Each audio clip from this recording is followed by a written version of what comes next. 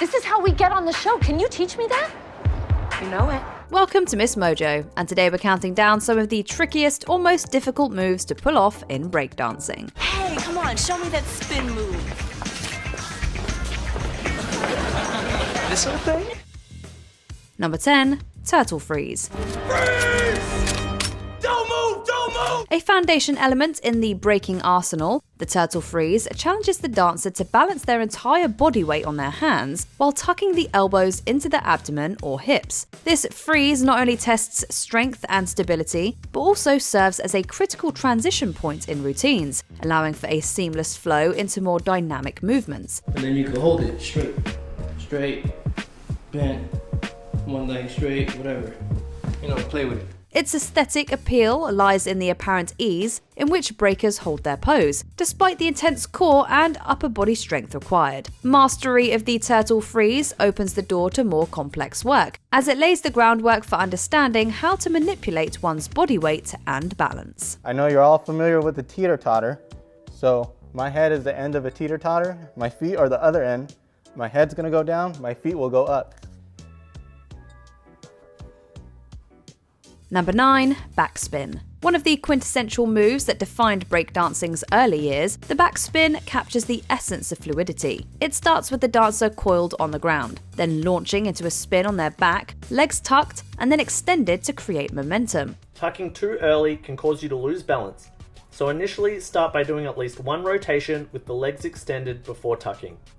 The visual spectacle is akin to a human top. It's a testament to control over the body, requiring a blend of timing, speed, and technique to maintain rotation. After lots of practice, if you want to go faster, you need to kick your leg harder and push off of your right hand as you lean into it. The backspin isn't just about physical prowess, it's a rhythmic synchronization with the music, making it a crowd favorite. Achieving a prolonged, smooth spin is the hallmark of a skilled breaker. The backspin is a basic power move that is impressive on its own and will help with learning future skills like windmills.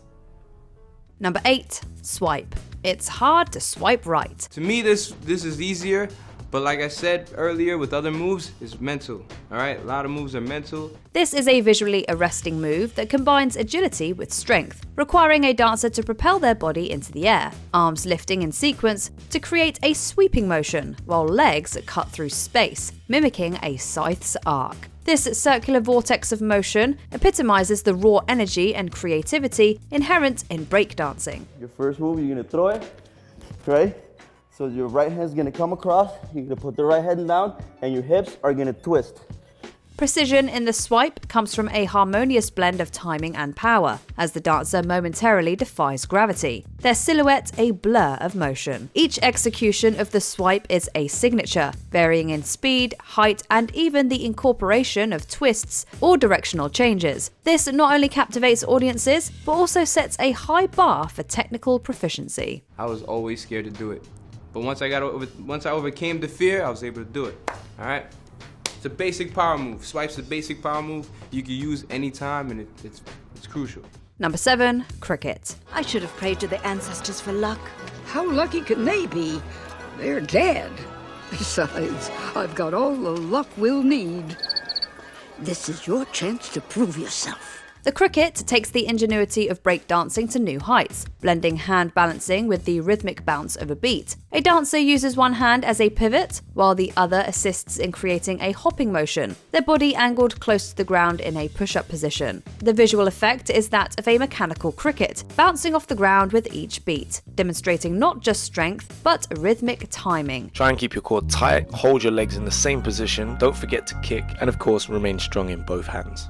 Once you got that down, it's time to give it some power, time to give it some momentum. It requires an extraordinary sense of balance, as the b-boy or b-girl must maintain a consistent bounce rhythm while keeping their body suspended and controlled. The cricket is more than just a test of endurance. It's a showcase of how elegantly breakers intertwine beat and groove. I find that most power moves have a rhythm to them, and as you start clocking up the numbers in the respective power moves that you'll be training, you'll start to see the same thing. Number 6, halo. Halo is the middle phase from windmill. It has the same motion, but it goes around like your forehead and the side of your head and the back of your head, which therefore is called halo, like a halo on an angel. The halo stands out for its elegance and acrobatic finesse. It's initiated from a handstand or headstand, with the dancer then whirling their body around with a hand for momentum. Giving the illusion of a halo around their head, this means blending agility with the art of controlled fall, which requires skillful management of body weight and centrifugal force to maintain the spin. Now while you swing, you want to go all the way up to your head, at the back side of it. So you go here. From there, you would want to catch again. The beauty of the halo lies in its integration into combos, allowing for transitions into other dynamic dances. As breakers continue to innovate within their craft, the halo continues to evolve, symbolizing the ever-expanding horizon of breakdancing's potential. The good thing about this is you're actually going to learn how to use your halo in a combination, so you might just start using it for battles or showcases or whatever you want to use it for. Number 5, 1990. Marked by its gravity-defying spin, the 1990 propels breakdancing into the realm of extraordinary. Advanced move, remember, it's advanced move. I hope you guys been practicing your handstands, especially all against the wall. I hope you got balance. This begins with a one-handed handstand. Then the dancer ignites a whirlwind rotation, their body a vertical axis. It's a spectacle of momentous balance, where the singular point of contact with the ground becomes the pivot for an aerial spectacle. We want to get this hand that we're going to spin on, which is our left, and we're going to almost replace that right foot with this hand, because that's where your center of balance is. The 1990 not only demands muscular strength and precision, but also an innate sense of the rhythm to synchronize with the beat, making each performance unique. It's a bridge between the foundational and futuristic, and pulling it off correctly means balancing risk and control. Make sure you guys actually have a good solid handstand before trying that move, because it could be dangerous. Number 4, headspin.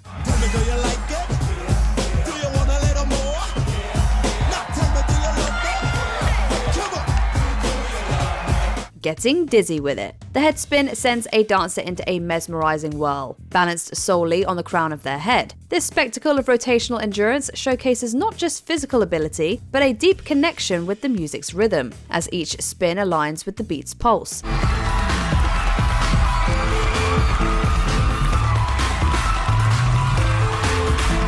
The headspin is more than just a test of balance. It's a display of sheer willpower, as B-girls and boys push through the dizzying spins to maintain form and speed. Achieving proficiency with this one is a rite of passage, marking a transition from novice to adept. It requires meticulous practice to perfect the technique, from the initial kickoff to the controlled deceleration, each element critical to the overall fluidity and grace. The further away from the body your limbs are, the slower you will spin. The closer you bring your limbs to your body, the faster you'll go. This is how you maintain or increase speed despite friction trying to slow you down. Number 3, windmill. The windmill is not a prerequisite, but the prerequisite for many other pole moves. For example, munch mills or tombstones, but of course other pole moves as well. This is a cornerstone in breakdancing, a fluid intersection of power, grace, and perpetual motion. Initiated from a backspin or from the floor, the dancer propels their legs in a wide circular motion, their body rotating horizontally just above the ground, in a continuous flow from shoulders to hips. It all requires core strength and precision, making it a spectacular showcase of breakdancing's wondrous athleticism. It might sound complicated like a lot, but all you're really doing is you're continually generating momentum by allowing your legs to slightly get ahead of your upper body. The windmill is not just about execution, but also the embodiment of rhythm and style, drawing circles that captivate and mesmerize. It's yet again a bridge to numerous other moves, with variations introducing different levels of complexity and flair. Rolling to the back, up to the shoulder, up to the front, up to the hands. You just keep it going like that. And that's how you go from nothing to a simple butt spin to windmills. Number 2, air flare. Here's the flare with even more flair. The skill involves generating momentum, usually from the power move entry, before entering a pike freeze on one side. Notice the body turns to face the sky. From here, the skill continues by jumping through the star shape in the air to an L kick. This, literally, elevates the flare by propelling a breakdancer into a series of hand-supported flips above the ground, with no part of the lower body touching the floor at the apex of each rotation. It's a visual marvel that defies gravity. It's a statement of mastery, requiring countless hours of dedication to achieve the execution of airborne rotations. So you're gonna see my legs torque, then you're tuck, and then you're gonna hop.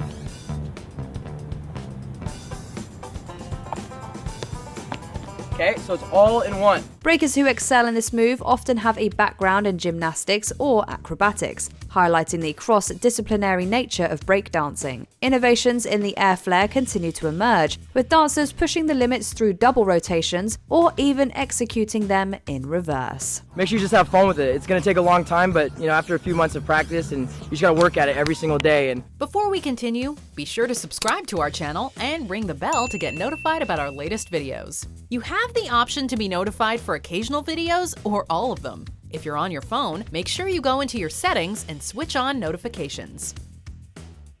Number 1. Jackhammers. As the name suggests, these epitomize the fusion of power with precision. most importantly is with jackhammers is your strength, momentum, and hop. Supporting body weight on one hand while hopping and rotating around the arm, it's a spectacle of endurance and strength. Unlike other freezes that demand static control, jackhammers introduce dynamic tension, challenging anyone willing to take them on to maintain balance and form amidst continuous motion. You're supposed to lift up and reset. So it's that torquing motion of your arm. It's pretty much like a jab, but what you do is you use that momentum to jab. The difficulty lies not only in the physical exertion required, but also in synchronizing each hop with the beat of the music, making it a true test of a breaker's skill and musicality. Mastery of the jackhammer can be a grueling journey, as it demands not just upper body strength, but also core stability and coordination. So you're pushing and turning at the same time. Get it? Got it? You want to kind of use your legs, kick out. What do you think is the most complex breakdancing move? Let us know in the comments. I'm doing it!